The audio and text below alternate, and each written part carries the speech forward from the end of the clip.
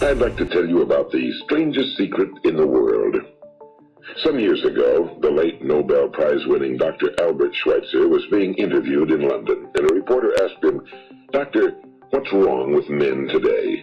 And the great doctor was silent a moment, and then he said, "Men simply don't think."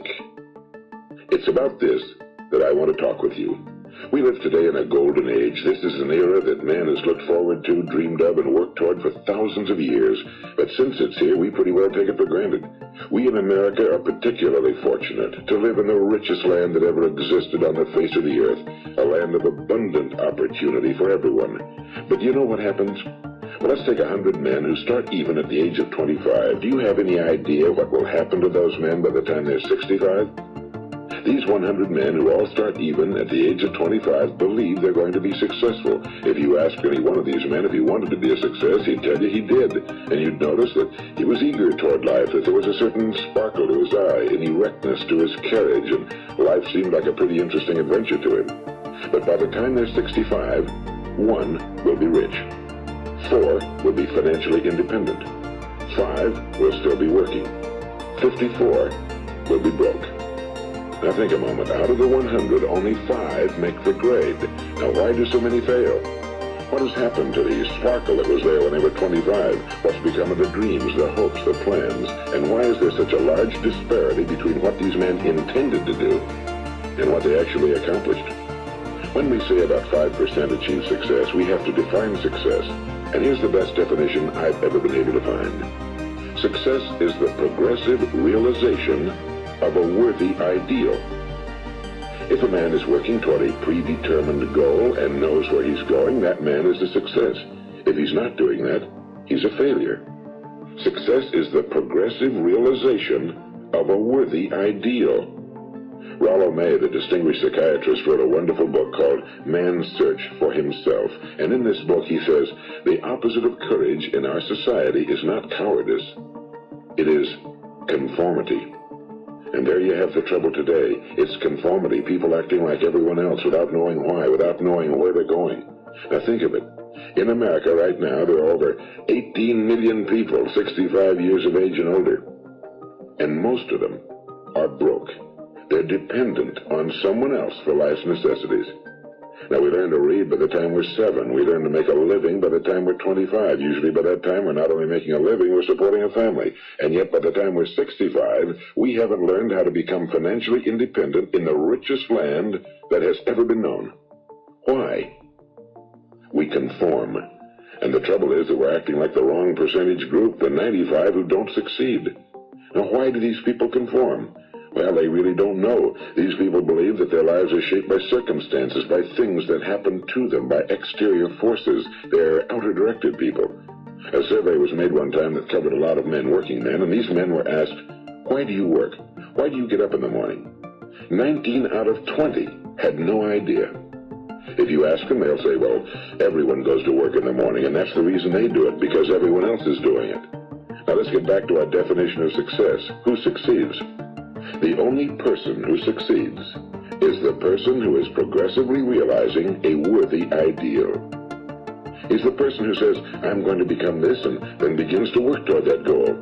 I'll tell you who the successful people are. A success is the school teacher who's teaching school because that's what he or she wants to do. The success is the woman who's a wife and mother because she wanted to become a wife and mother and is doing a good job of it.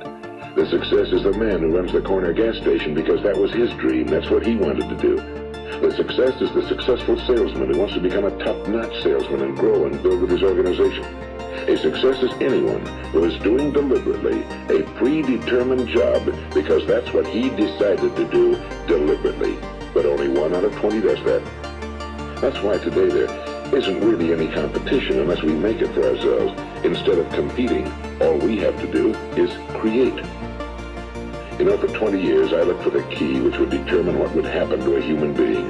Was there a key I wanted to know which would make the future a promise that we could foretell to a large extent?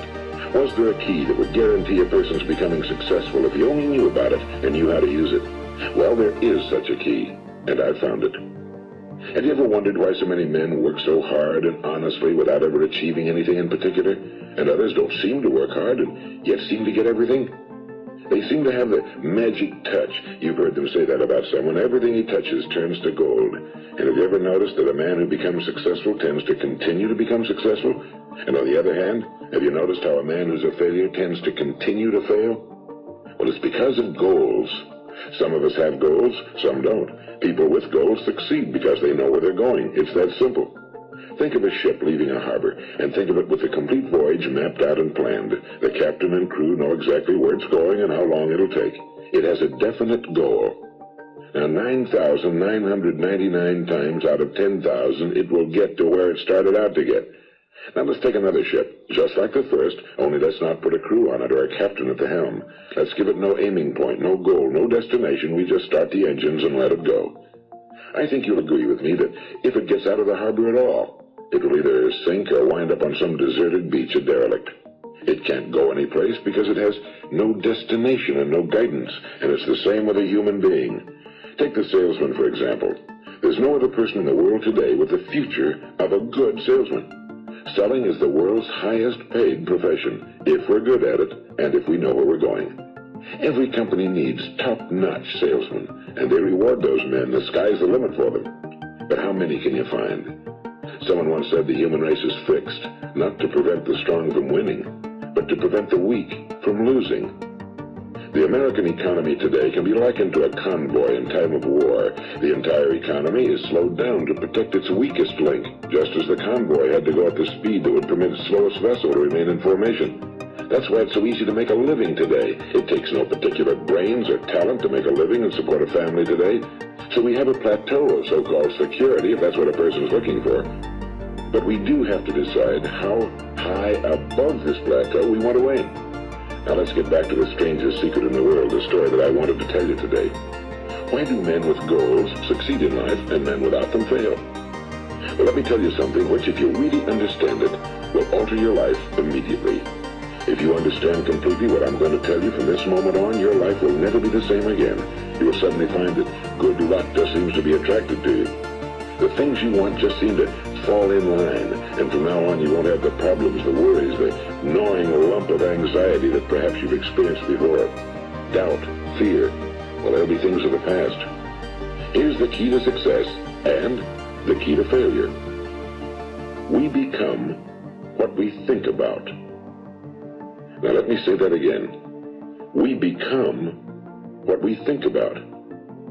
Throughout all history, the great wise men and teachers, philosophers and prophets have disagreed with one another on many different things. It's only on this one point that they are in complete and unanimous agreement. Listen to what Marcus Aurelius, the great Roman emperor, said. A man's life is what his thoughts make of it. Disraeli said this: everything comes if a man will only wait. I brought myself by long meditation to the conviction that a human being with a settled purpose must accomplish it, and that nothing can resist a will that will stake even existence for its fulfillment. Ralph Waldo Emerson said this: a man is what he thinks about all day long. William James said, the greatest discovery of my generation is that human beings can alter their lives by altering their attitudes of mind. And he also said, we need only in cold blood act as if the thing in question were real, and it will become infallibly real by growing into such a connection with our life that it will become real. It will become so knit with habit and emotion that our interest in it will be those which characterize belief. And he also said, if you only care enough for a result, you will almost certainly attain it. If you wish to be rich, you will be rich. If you wish to be learned, you will be learned.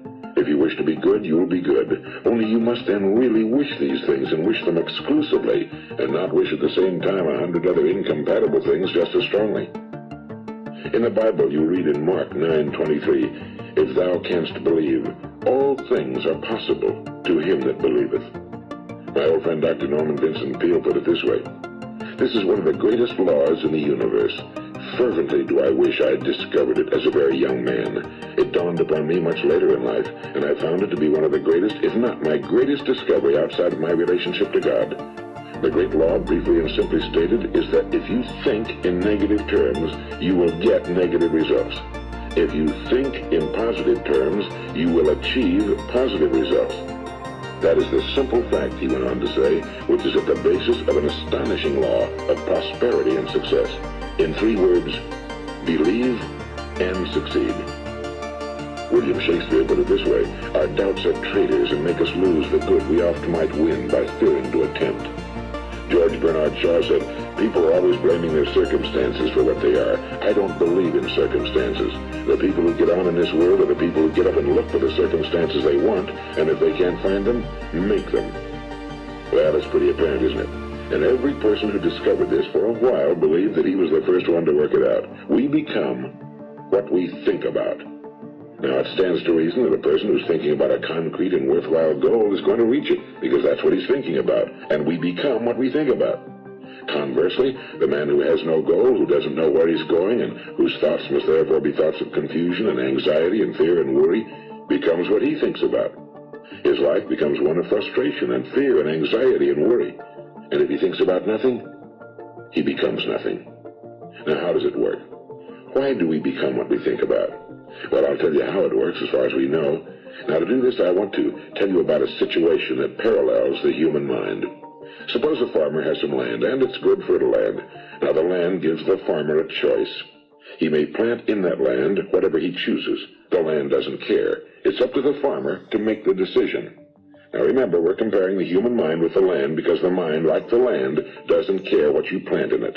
It will return what you plant, but it doesn't care what you plant. Now, let's say that the farmer has 2 seeds in his hand. One is a seed of corn. The other is nightshade, a deadly poison. He digs 2 little holes in the earth and he plants both seeds, one corn, the other nightshade. He covers up the holes, waters, and takes care of the land, and what will happen? Invariably, the land will return what's planted. As it's written in the Bible, as ye sow, so shall ye reap. Now remember, the land doesn't care. It'll return poison in just as wonderful abundance as it will corn. So up come the 2 plants, one corn, one poison. Now, the human mind is far more fertile, far more incredible and mysterious than the land, but it works the same way. It doesn't care what we plant. Success, failure. A concrete, worthwhile goal, or confusion. Misunderstanding, fear, anxiety, and so on. But what we plant, it must return to us. You see, the human mind is the last great unexplored continent on Earth. It contains riches beyond our wildest dreams. It will return anything we want to plant. Now, you might say, well, if that's true, why don't people use their minds more? Well, I think they figured out an answer to that one, too. Our mind comes as standard equipment at birth. It's free, and things that are given to us for nothing we place little value on. Things that we pay money for, we value. The paradox is that exactly the reverse is true. Everything that's really worthwhile in life came to us free. Our minds, our souls, our bodies, our hopes, our dreams, our ambitions, our intelligence, our love of family and children and friends and country, all these priceless possessions are free. But the things that cost us money are actually very cheap and can be replaced at any time. A good man can be completely wiped out and make another fortune. He can do that several times. Even if our home burns down, we can rebuild it. But the things we got for nothing, we can never replace.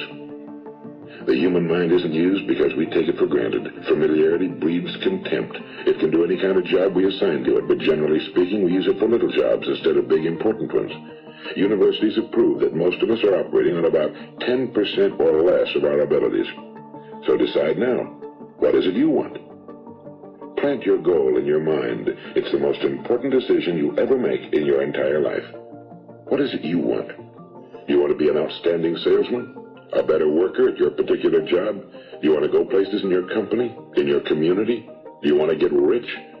All you've got to do is plant that seed in your mind, care for it, work steadily toward your goal, and it will become a reality. It not only will, there's no way that it cannot. You see, that's a law, like the laws of Sir Isaac Newton, the laws of gravity. If you get on top of a building and jump off, you'll always go down. You'll never go up, and it's the same with all the other laws of nature. They always work. They're inflexible. Think about your goal in a relaxed, positive way. Picture yourself in your mind's eye as having already achieved this goal. See yourself doing the things you will be doing when you've reached your goal. Ours has been called the phenobarbital age, the age of ulcers and nervous breakdowns and tranquilizers. At a time when medical research has raised us to a new plateau of good health and longevity, far too many of us worry ourselves into an early grave, trying to cope with things in our own little personal ways, without learning a few great laws that will take care of everything for us. These things we bring on ourselves through our habitual way of thinking. Every one of us is the sum total of his own thoughts. He is where he is because that's exactly where he really wants to be, whether he'll admit that or not. Each of us must live off the fruit of his thoughts in the future, because what you think today and tomorrow, next month and next year, will mold your life and determine your future. You're guided by your mind. I remember one time I was driving through eastern Arizona and I saw one of those giant earth-moving machines roaring along the road at about 35 miles an hour with what looked like 30 tons of dirt in it. A tremendous, incredible machine. And there was a little man perched way up on top with the wheel in his hands guiding it. And as I drove along, I was struck by the similarity of that machine to the human mind. Just suppose you're sitting at the controls of such a vast source of energy. Are you going to sit back and fold your arms and let it run itself into a ditch? Or are you going to keep both hands firmly on the wheel and control and direct this power to a specific, worthwhile purpose? It's up to you. You're in the driver's seat. You see, the very law that gives us success is a two-edged sword. We must control our thinking. The same rule that can lead a man to a life of success, wealth, happiness, and all the things he ever dreamed of for himself and his family. That very same law can lead him into the gutter. It's all in how he uses it, for good or for bad. This is the strangest secret in the world. Now, why do I say it's strange, and why do I call it a secret? Actually, it isn't a secret at all. It was first promulgated by some of the earliest wise men, and it appears again and again throughout the Bible, but very few people have learned it, understand it. That's why it's strange, and why for some equally strange reason it virtually remains a secret. I believe that you could go out and walk down the main street of your town and ask one man after another what the secret of success is, and you probably wouldn't run into one man in a month who could tell you. Now, this information is enormously valuable to us if we really understand it and apply it. It's valuable to us not only for our own lives, but the lives of those around us, our families, employees, associates, and friends. Life should be an exciting adventure. It should never be a bore. A man should live fully, be alive. He should be glad to get out of bed in the morning. He should be doing a job he likes to do because he does it well. One time I heard Grove Patterson, the great late editor-in-chief of the Toledo Daily Blade, make a speech, and as he concluded his speech, he said something I've never forgotten. He said, "My years in the newspaper business have convinced me of several things. Among them, that people are basically good, and that we came from someplace, and we're going someplace. So we should make our time here an exciting adventure. The architect of the universe didn't build a stairway leading nowhere." And the greatest teacher of all, the carpenter from the plains of Galilee, gave us the secret time and time again. As ye believe, so shall it be done unto you. I've explained the strangest secret in the world and how it works. Now, on this side, I want to explain how you can prove to yourself the enormous returns possible in your own life by putting this secret to a practical test. I want you to make a test that will last 30 days. It isn't going to be easy, but if you'll give it a good try, it will completely change your life for the better. Now, back in the 17th century, Sir Isaac Newton, the English mathematician and natural philosopher, gave us some natural laws of physics which apply as much to human beings as they do to the movement of bodies in the universe. And one of these laws is that for every action, there is an equal and opposite reaction. Simply stated, as it applies to you and me, it means we can achieve nothing without paying the price. The results of your 30-day experiment will be in direct proportion to the effort you put forth. To be a doctor, you must pay the price of long years of difficult study. To be successful in selling, and remember that each of us succeeds to the extent of his ability to sell. Selling our families on our ideas, selling education in schools, selling our children on the advantages of living the good and honest life, selling our associates and employees on the importance of being exceptional people. To, of course, the profession of selling itself. But to be successful in selling our way to the good life, we must be willing to pay the price. Now, what is that price? Well, it's many things. First, it's understanding emotionally as well as intellectually that we literally become what we think about, that we must control our thoughts if we're to control our lives. It's understanding fully that as ye sow, so shall ye reap. Second, it's cutting away all fetters from the mind and permitting it to soar as it was divinely designed to do. It's the realization that your limitations are self-imposed and that the opportunities for you today are enormous beyond belief. It's rising above narrow-minded pettiness and prejudice. And third, it's using all your courage to force yourself to think positively on your own problem, to set a definite and clearly defined goal for yourself, to let your marvelous mind think about your goal from all possible angles, to let your imagination speculate freely upon many different possible solutions, to refuse to believe that there are any circumstances sufficiently strong to defeat you in the accomplishment of your purpose, to act promptly and decisively when your course is clear, and to keep constantly aware of the fact that you are at this moment standing in the middle of your own acres of diamonds, as Russell Conwell used to point out. And fourth, save at least 10% of every dollar you earn. It's also remembering that no matter what your present job, it has enormous possibilities if you're willing to pay the price. Now let's just go over the important points in the price each of us must pay to achieve the wonderful life that can be ours. It is, of course, worth any price. 1, you will become what you think about. 2, remember the word imagination and let your mind begin to soar. 3, courage. Concentrate on your goal every day. 4, save 10% of what you earn. And 5, action. Ideas are worthless unless we act on them. Now, I'll try to outline the 30-day test I want you to make. Keep in mind that you have nothing to lose by making this test and everything you could possibly want to gain. There are 2 things that may be said of everyone. Each of us wants something, and each of us is afraid of something. I want you to write on a card what it is you want more than anything else. It may be more money. Perhaps you'd like to double your income or make a specific amount of money. It may be a beautiful home. It may be success at your job. It may be a particular position in life. It could be a more harmonious family. Each of us wants something. Now write down on your card specifically what it is you want. Make sure it's a single goal and clearly defined. You needn't show it to anyone, but carry it with you so that you can look at it several times a day. Think about it in a cheerful, relaxed, positive way each morning when you get up. And immediately you have something to work for, something to get out of bed for, something to live for. Look at it every chance you get during the day and just before going to bed at night. And as you look at it, remember that you must become what you think about, and since you're thinking about your goal, you realize that soon it will be yours. In fact, it's yours really the moment you write it down and begin to think about it. Look at the abundance all around you as you go about your daily business. You have as much right to this abundance as any other living creature. It's yours for the asking. Now we come to the difficult part. Difficult because it means the formation of what is probably a brand new habit, and new habits are not easily formed.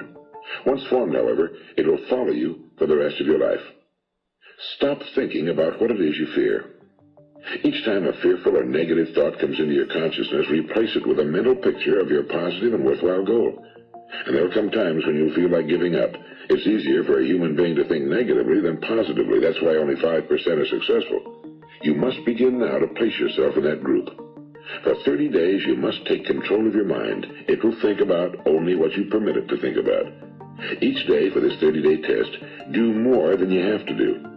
In addition to maintaining a cheerful, positive outlook, give of yourself more than you've ever done before. Do this knowing that your returns in life must be in direct proportion to what you give. The moment you decide on a goal to work toward, you're immediately a successful person. You are then in that rare and successful category of people who know where they're going. Out of every 100 people, you belong to the top 5. Don't concern yourself too much with how you're going to achieve your goal. Leave that completely to a power greater than yourself. All you have to do is know where you're going. The answers will come to you of their own accord and at the right time. Remember these words from the Sermon on the Mount, and remember them well. Keep them constantly before you this month of your test. Ask, and it shall be given you. Seek, and ye shall find. Knock, and it shall be opened unto you. For every one that asketh receiveth, and he that seeketh findeth, and to him that knocketh it shall be opened. It's as marvelous and as simple as that. In fact, it's so simple that in our seemingly complicated world, it's difficult for an adult to understand that all he needs is a purpose and faith. For 30 days, do your very best. If you're a salesman, go at it as you've never done before, not in a hectic fashion, but with the calm, cheerful assurance that time well spent will give you the abundance in return you deserve and want. If you're a homemaker, devote your 30-day test to completely giving of yourself without thinking about receiving anything in return, and you'll be amazed at the difference it makes in your life. No matter what your job, do it as you've never done it before for 30 days. And if you've kept your goal before you every day, you'll wonder and marvel at this new life you've found. Dorothea Brand, the outstanding editor and writer, discovered it for herself and tells about it in her fine book, Wake Up and Live. Her entire philosophy is reduced to the words, act as though it were impossible to fail. She made her own test with sincerity and faith, and her entire life was changed to one of overwhelming success. Now, you make your test for 30 full days. Don't start your test until you've made up your mind to stick with it. You see, by being persistent, you're demonstrating faith. Persistence is simply another word for faith. If you didn't have faith, you'd never persist. If you should fail during your first 30 days, by that I mean suddenly find yourself overwhelmed by negative thoughts, you've got to start over again from that point and go 30 more days.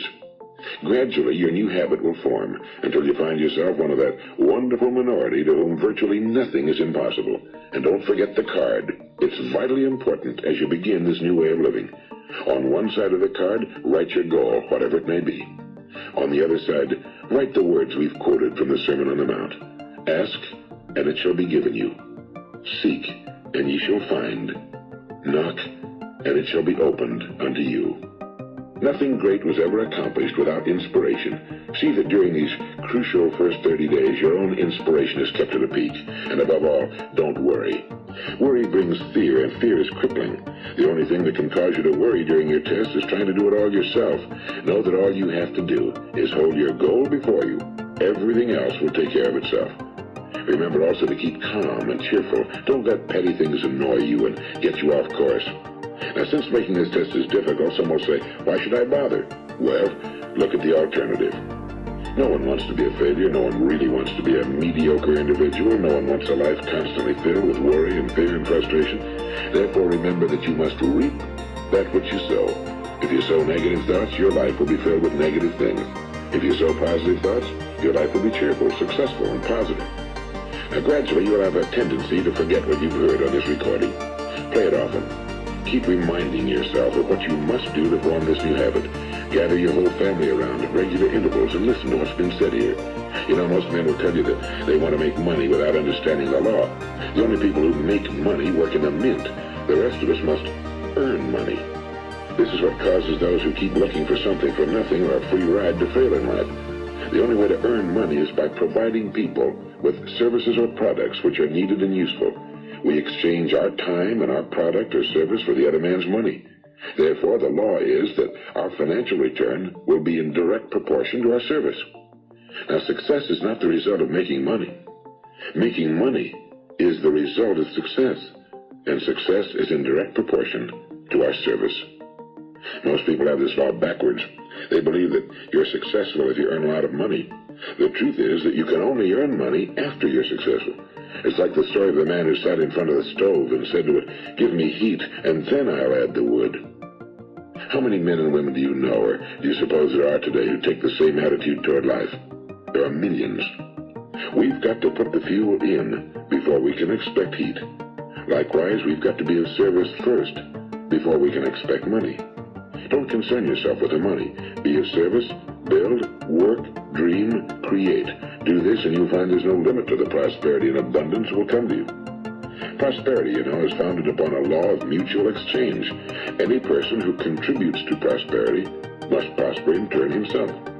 Sometimes the return will not come from those you serve, but it must come to you from someplace, because that's the law. For every action, there is an equal and opposite reaction. As you go daily through your 30-day test period, remember that your success will always be measured by the quality and quantity of service you render, and money is a yardstick for measuring this service. No man can get rich himself unless he enriches others. Now, there are no exceptions to a law. You can drive down any street in America and from your car estimate the service that's being rendered by the people living on that street. Had you ever thought of this yardstick before? It's interesting. Some, like ministers and priests and other devoted people, measure their returns in the realm of the spiritual, but again, their returns are equal to their service. Once this law is fully understood, any thinking person can tell his own fortune. If he wants more, he must be of more service to those from whom he receives his return. If he wants less, he has only to reduce his service. This is the price you must pay for what you want. If you believe you can enrich yourself by deluding others, you can end only by deluding yourself. It may take some time, but just as surely as you breathe, you'll get back what you put out. Don't ever make the mistake of thinking you can avert this. It's impossible. The prisons and the streets where the lonely walk are filled with people who tried to make new laws just for themselves. We may avoid the laws of man for a while, but there are greater laws that cannot be broken. An outstanding medical doctor recently pointed out 6 steps that will help you realize success. 1. Set yourself a definite goal. 2. Quit running yourself down. 3. Stop thinking of all the reasons why you cannot be successful and instead think of all the reasons why you can. 4. Trace your attitudes back through your childhood and try to discover where you first got the idea you couldn't be successful, if that's the way you've been thinking. 5. Change the image you have of yourself by writing out a description of the person you would like to be. And 6. Act the part of the successful person you have decided to become. The doctor who wrote those words is a noted West Coast psychiatrist, Dr. David Harold Fink. Do what the experts since the dawn of recorded history have told you must do. Pay the price by becoming the person you want to become. It's not nearly as difficult as living unsuccessfully. Make your 30-day test, then repeat it again, and each time it will become more a part of you until you'll wonder how you could ever have lived any other way. Live this new way and the floodgates of abundance will open and pour over you more riches than you may have dreamed existed. Money? Yes, lots of it. But what's more important, you'll have peace.